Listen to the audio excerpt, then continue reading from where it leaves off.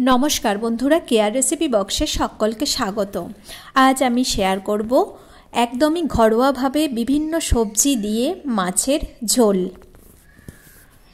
चलुन बंधुरा देखे नेওয়া যাক এই মাছের ঝোল বানানোর জন্য এখানে আমি কি কি সবজি ব্যবহার করেছি। এখানে নিয়ে নিয়েছি ঝিঙে আর পটল আর নিয়েছি আলু। ঝিঙে পটল আলু একটু বড় বড় সাইজ করে আমি ঝিঙেগুলো কেটে নিয়েছি আর একটু পেঁয়াজ কেটে নিয়েছি। আর এখানে আমি নিয়েছি 4টে মাছ। প্রথমেই মাছগুলো লবণ আর হলুদ মাখিয়ে নেব ভালো করে। মাছগুলো খুব ভালো করে পরিষ্কার করে ধুয়ে নিয়েছি আর এরপর লবণ হলুদ মাখিয়ে নেব। অনেক সময় বন্ধুরা আলাদা করে মাছের ঝাল বা বিভিন্ন তরকারি করার সময় থাকে না, তো সেই সময় কিন্তু এইভাবে সবজি দিয়ে মাছের ঝোল চটপটি বানিয়ে নিতে পারেন আর এটা কিন্তু খেতে অসাধারণ হয়। খুব ভালো করে লবণ হলুদ মাখিয়ে নেওয়া হয়ে গেছে। এরপর কড়াইয়ের মধ্যে তেল দিয়ে তেলটা গরম হয়ে গেলে আমি এখানে মাছগুলো ভেজে নেব। খুব ভালো করে উল্টে পাল্টে একটু লাল লাল করে মচমচে করে মাছগুলো ভেজে নিয়েছি। এবার মাছগুলো তুলে নিলাম। এরপর কড়াইয়ের মধ্যে আরও একটু তেল দিয়ে দিলাম। দিয়ে তেলটা গরম হতে থাকলে তার মধ্যে আমি দিয়ে দেব পেঁয়াজ কুচি। এখানে একটা মিডিয়াম সাইজের পেঁয়াজ কুচিয়ে দিয়ে দিলাম।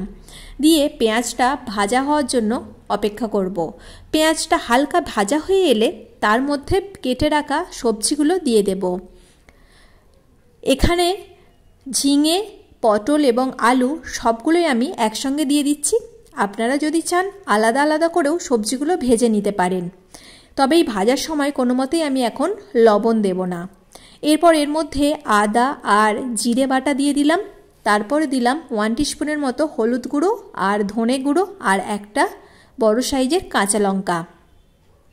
সমস্ত মশলার সঙ্গে সবজিগুলো আমি নেড়ে কষিয়ে নিতে থাকবো। এরপর দিয়ে দিলাম জল। খুব ভালো করে যখন সবজিগুলো কষানো হয়ে আসবে তারপর জল দেব আর জল দেওয়ার পরেই আমি লবণ দেব। যেহেতু ঝিঙে আছে তাই প্রথমে ভাজার সময় লবণটা দেইনি। এরপর চাপা দিয়ে খুব ভালো করে সেদ্ধ করে নিয়েছি। আর যখন সেদ্ধ হয়ে যাবে সব সবজি এবং আলু, তারপর তার মধ্যে দিয়ে দেব মাছ। মাছটা সব শেষেই দেব। তারপর মাছটা দিয়ে মিনিট 5 জন্য চাপা দিয়ে ফুটিয়ে নেব।